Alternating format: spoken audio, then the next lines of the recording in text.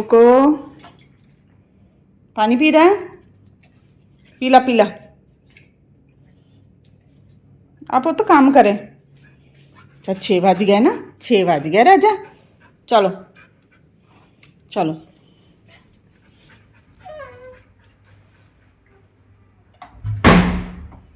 चलो। कौन है यहाँ पे? कौन है? हेलो माय यूट्यूब फैमिली, कैसे हैं आप सभी? Welcome back to my new vlog. और ये जो मेरा व्लॉग है ना, आज सुबह मॉर्निंग का ही है। और डेट है जो वो है 29 दिसंबर और दिन है रविवार का। तो सुबह रोज की तरह सुबह उठ गई थी 4 बजे। और 4 बजे उठने के बाद अपना नहा कर मैंने अपना पाठ वगैरह कर लिया था, क्योंकि पाठ करे बगैर ना दिन की शुरुआत करना मुझे बिल्कुल भी अच्छा नहीं लगता है। तो पाठ कर लिया मैंने, उसके बाद लग गई हूँ अपनी साफ सफाई में। उसके बाद ना पाठ करने के बाद मैं थोड़ी देर कोको के पास बैठती हूँ और उसके बाद ही फिर मैं साफ सफाई शुरू करती हूँ। तो मैंने बाहर का मौसम आपको दिखाया सुबह का, तब बज रहे थे 6 और बस बाहर से आते ही ना मैं लग गई हूँ अपने काम पर। तो सबसे पहले मैं डैड जी का कमरा साफ कर रही हूँ। तो पलंग से लेकर खिड़की, दरवाजे, एसी, यानी हर एक चीज को ना मैं अच्छे से साफ करती हूँ गीले कपड़े से। क्लीनिंग का काम है वो डेली ही करती हूँ। तो बस यहाँ पर मैंने अच्छे से पूरे कमरे को साफ कर लिया था। उसके बाद बेडशीट भी मैंने झाड़ कर बिछा दी थी, और जो बेडशीट है ना वो मैंने एक दिन पहले ही चेंज की है। और इसके बाद इस कमरे में ही पहले झाड़ू लगा लूँगी और फिर उसके बाद से इस कमरे में पोछा लगा लूँगी, क्योंकि डैड जी का मॉर्निंग वॉक करके आने का टाइम हो जाता है। तो उससे पहले पहले मैं उनका पूरा कमरा अच्छे से साफ सुथरा कर देती हूँ। तो बस यहाँ पोछा लगाया मैंने। उसके बाद मुझे करनी थी इसके बाजू वाले रूम की क्लीनिंग।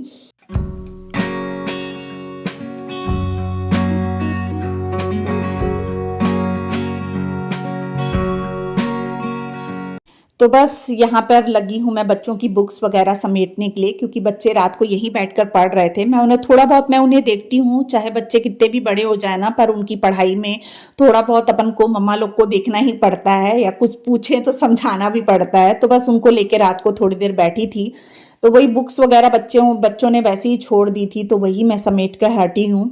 उसके बाद जो पलंग वगैरह साफ करना था उसमें लग गई हूँ अपने। और यहाँ पर जो है मेरे हस्बैंड के कुछ पेपर वगैरह पड़े रहते हैं फैक्ट्री वगैरह के काम के। तो उन सबको ना मैंने एक बास्केट में अरेंज कर दिया है, ताकि पेपर इधर उधर ना हो, और ना फिर ना गंदा भी लगता है अगर इधर उधर फैले रहते हैं ना, तो बुरा लगता है। और खिड़की दरवाजे वगैरह मैंने खोल दिए हैं ताकि बाहर की फ्रेश एयर अंदर आए। और अभी हम जब कानपुर गए थे ना, तो वहाँ मेरे को बहुत ज़्यादा ठंड लग रही थी। और उसका कारण हो सकता है, ये भी हो सकता है कि मतलब जैसे अपन जब काम नहीं करते हैं ना, बैठे रहते हैं या खाली रहते हैं ना, तो अपन को ठंड ज़्यादा महसूस होती है। और जहाँ हम अपना काम करने लगते हैं तो वहाँ पर ना फिर पता ही नहीं चलता ठंड का, पर बल्कि गर्मी लगने लग जाती है। तो हो सकता है इस वजह से ऐसा हो रहा, क्योंकि मैं जब घर आई हूँ ना, ठंड तो यहाँ भी है, लेकिन जब मैं काम करने लगती हूँ ना, तो मेरे को पता नहीं क्यों मतलब उतनी फील नहीं होती है ठंड, ऐसा लगता है हाँ गर्मी है। तो बस दरवाजे वगैरह खोल दिए हैं, जाली वाले दरवाजे, और दूसरे दरवाजे को भी मैं साफ़ कर दूंगी। और ऊपर की जितनी अलमारियां हैं ना, उसको भी मैंने खोल के एक बार साफ़ कर दिया था। वैसे तो वो साफ़ ही रहती हैं, क्योंकि बंद रहती हैं ना, तो धूल मिट्टी ज़्यादा उसमें जाती नहीं है, धूल जाती नहीं है, क्योंकि बंद रहती हैं। तो उसे भी मैंने ना फिर भी एक बार करके पूरा साफ़ कर दिया है। और ये जो है बेडशीट, इसे भी मैंने झाड़ कर बिछा दिया है। अब बारी आती है ड्रेसिंग टेबल की। तो ड्रेसिंग टेबल भी मैं डेली ही साफ़ करती हूँ, हर चीज़ को एक बार पोंछ लिया, झाड़ लिया। हाँ, अभी थोड़े दिन से ना मतलब ऐसा हो रहा था कि जैसे अभी हम बाहर गए थे, 1-2 दिन के लिए भले बाहर जाओ ना, लेकिन घर ना मतलब जिस दिन मैं गई थी उस दिन तो मैं करके गई थी, लेकिन अगले दिन जब आए हैं तो रात को आए, तो उस दिन डस्टिंग नहीं हुई, फिर नेक्स्ट डे हुई।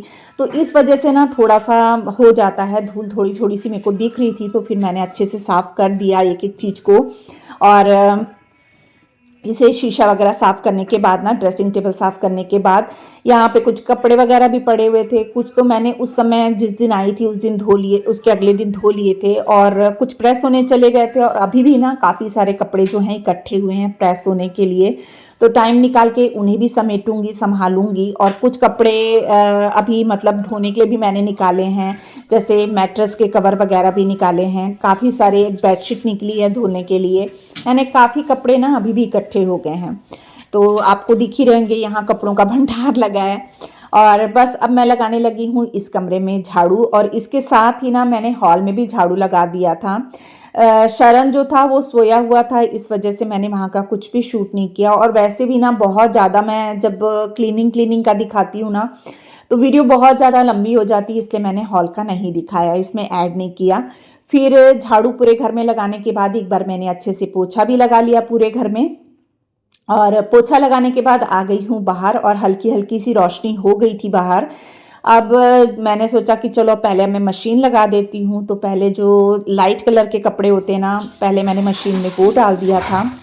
जब तक कपड़े घूम रहे थे तब तक आ गई थी। मैंने सोचा कि चलो मैं जब तक गली धो लेती हूँ। तो बस गली में पानी ना, नल वगैरह कुछ नहीं लगा है, वो जो छत में जो टंकी है ना, जब वो भर जाती है ना तो पानी पीछे आकर ना, बाल्टी रखी हुई है मैंने, तो पाइप से आकर उस बाल्टी में पानी इकट्ठा हो जाता है, तो उसी से मैं फिर गली वगैरह धो लेती हूँ।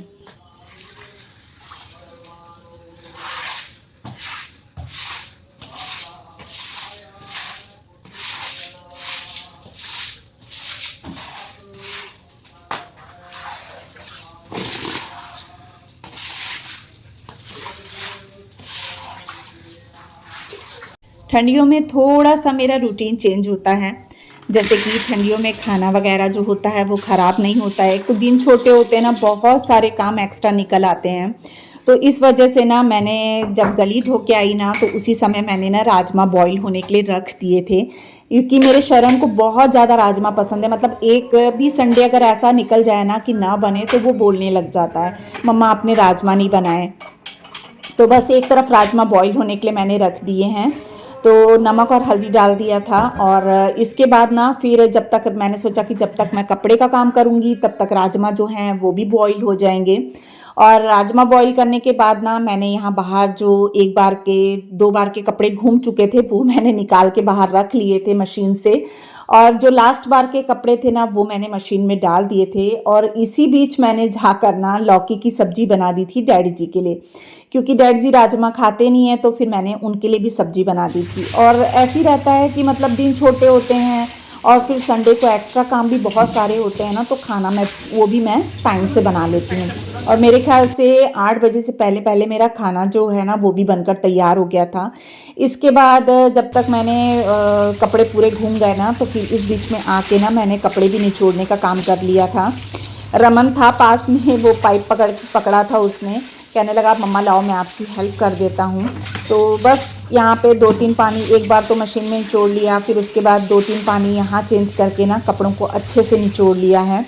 और सुबह सुबह ही ये काम कर दो ना, तो धूप निकलने से पहले पहले ना कपड़े सूखने के लिए भी डल जाते हैं। और फिर जब धूप आती है, और हमारे आंगन में क्या है ना, ज़्यादा देर धूप रहती भी नहीं है, थोड़ी देर की धूप लगती है, उसके बाद फिर छाया ही रहती है। तो कई बार ऐसा होता है कि ठंड में ना कपड़े जल्दी सूखते भी नहीं हैं, अगला दिन लग जाता है तब जाके कहीं सूखते हैं, ऐसा हो जाता है। तो देखिए बस यहाँ पर मैंने कपड़े निचोड़ने वाले निचोड़ लिए थे, और नील लगाने वाले कपड़े बचे थे, तो बस उसमें नील लगा दूंगी। और पोछा लगा लिया था ना, तो पोछा भी मैंने पास में ही रख लिया था, क्योंकि जब कपड़े वगैरह धोती हूँ ना, तभी मैं पोछे को भी ना मतलब सर्फ में डुबो के रख देती हूँ। और थोड़ी देर रहता है ना, तो फिर उससे क्या होता है, उसकी मैल जो है वो निकल जाती है। और ज़्यादातर नील वाले पानी में ही डुबो देती हूँ।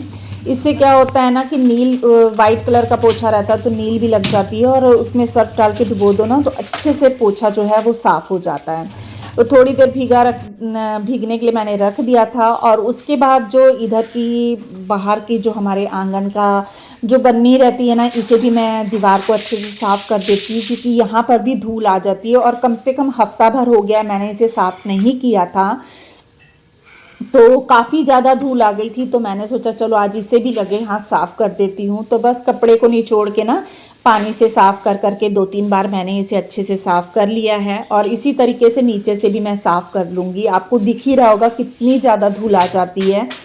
इसके बाद पोछा जो था उसे भी मैंने अच्छे से ना इसी तरीके से मैं कूट लेती हूँ, तो पूरे जो मैल होती है ना पोछे की वो पूरी अच्छे से निकल जाती है। तो इसी तरीके से मैं थोड़ी देर पोछे को कूट लेती हूँ। इसके बाद साफ़ पानी से निचोड़ के ना इसे मैं सूखने के लिए रख देती हूँ।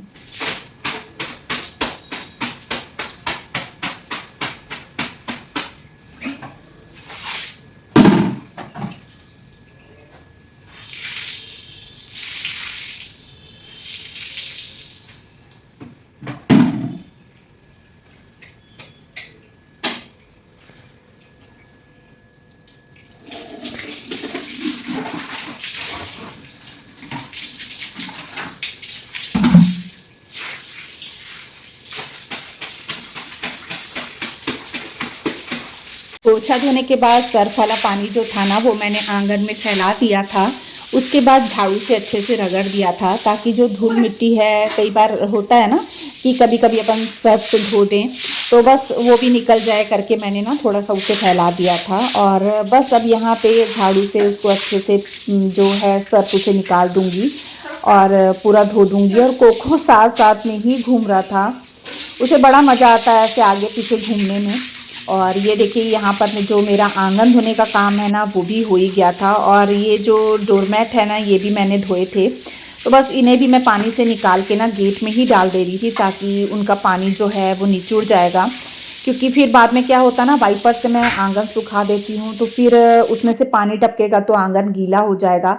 तो इस वजह से मैंने उसे गेट पर ही टांग दिया था ताकि उसका पानी निचुड़ जाए, तो फिर मैं दीवार में डाल दूँगी। और यहाँ पर दीवार में जो है वो मैंने गद्दे के कवर डाल दिए थे, तो जो कि मैंने आज धोए हैं। और कपड़े भी ना पूरे सुखा लिए थे मशीन में। उसके बाद जो मोटे कपड़े होते हैं ना उन्हें सबसे उधर की रस्सी में डालती हूँ ताकि जब धूप लगे ना तो वो थोड़े जल्दी सूख जाएं, क्योंकि वो सब प्रेस करने वाले रहते हैं, पैंटे वगैरह शर्ट वगैरह। तो ये देखिए पूरे कपड़े जो थे ना मैंने फैला दिए हैं। इसके बाद मैंने राजमा का तड़का जो था वो भी तैयार कर लिया। अंदर आई मैंने लहसुन वगैरह छिला, लहसुन, अदरक, प्याज, टमाटर, मिर्ची और धनिया सच घर में नहीं था, ख़त्म हो चुका था क्योंकि मैं मार्केट नहीं गई थी ना, तो लेकर ही नहीं आई थी। तो बस यहाँ पर ना बस मैंने प्याज, अदरक, लहसुन और टमाटर का ही मतलब पेस्ट बना लिया था। और उसमें ना मैंने थोड़ा सा खड़ा धनिया डाल दिया था ताकि धनिया की खुशबू अच्छे से आए। और उसके बाद उसे भून लिया था। और बस यहाँ राजमा तो बॉईल हो चुके थे तो बस उसमें पलट दिया है मैंने तड़का। और ये देखिए सब्जी भी बन गई, सब बन गया और 9:15 का टाइम हो रहा था, मेरा पूरा खाना बन चुका था। अब मैं बनाने लगी हूँ यहाँ पे ब्रेड रोल। तो उसके लिए मैंने ना थोड़े से आलू बॉईल कर लिए थे। आपको तो पता ही है कि मैं माइक्रोवेव में ही आलू जो है बॉईल करती हूँ। तो पतले छिलके वाले आलू है ना, तो वो ना बाद में छीले नहीं जाते, तो मैं क्या करती हूँ पहले उसे छील लेती हूँ, फिर अच्छे से धो लेती हूँ, उसके बाद कट करके फिर मैं माइक्रोवेव में उसे बॉईल करती हूँ, तो उससे ना जल्दी बॉईल हो जाते हैं। तो छीलने का भी कोई वो नहीं रहता कि हाँ छीलना है। और मसाला जब आलू हो गया ना तो मैंने इसे मैश कर लिया और बारीक बारीक प्याज कट करके रख लिए थे। प्याज जो है ना वो एकदम बारीक कट करेंगे अपन। आप इसमें हरी मिर्ची डालिए, धनिया डालिए, चीज़ डालिए, पनीर डालिए, जो भी वेजिटेबल्स मिलती हैं ना आप इसमें डालिए, उससे और ज़्यादा टेस्टी बनता है। मैंने इसमें थोड़ा सा अदरक घिस के डाल दिया है क्योंकि हरी मिर्ची और धनिया घर में नहीं था, इसलिए मैंने इसमें नहीं डाला है। और चीज़ भी ख़त्म हो चुकी थी, चीज़ क्यूब्स अभी कुछ दिन पहले जब मीनू आई थी ना तो मैंने पिज़्ज़ा वगैरह बनाया था ना, तो पूरी चीज़ ख़त्म हो गई और इस वजह से मैंने नहीं डाली।